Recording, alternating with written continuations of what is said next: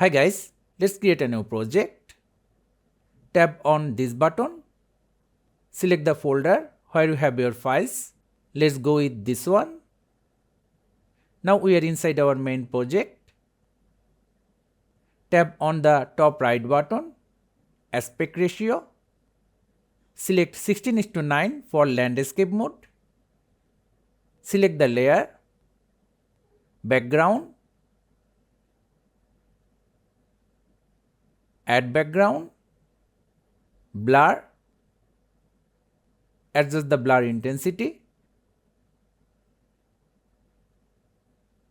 adjust the size and position,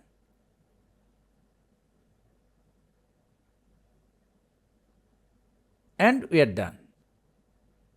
So thank you guys for watching. Have a good day.